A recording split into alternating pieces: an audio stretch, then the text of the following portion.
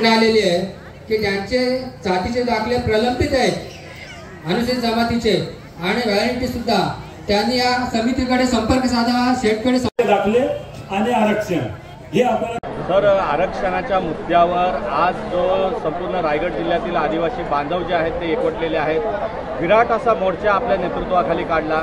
काय नेमक्या मागण्या आहेत? आज आमचा कोळी आदिवासी ठाकूर समाज कातकरी समाज एकत्रित जे महाराष्ट्रात पाहतोय आम्ही ते धनगर समाज असेल किंवा बंजारी समाज असेल, आम्हाला दिलेले डॉक्टर बाबासाहेब आंबेडकरांनी घटनात्मक 60% आरक्षण दिलेलं आहे, त्याच्यामध्ये घुसखोरी करू पाहतोय। यासाठी आज आमचा सर्व आदिवासी बांधव आणि सर्वच कोळी समाज किंवा ठाकूर समाज एकत्रित रस्त्यावरती उतरलेला आहे। भविष्याच्या काळात आपली आंदोलनाची रणनीती काय असणार आहे?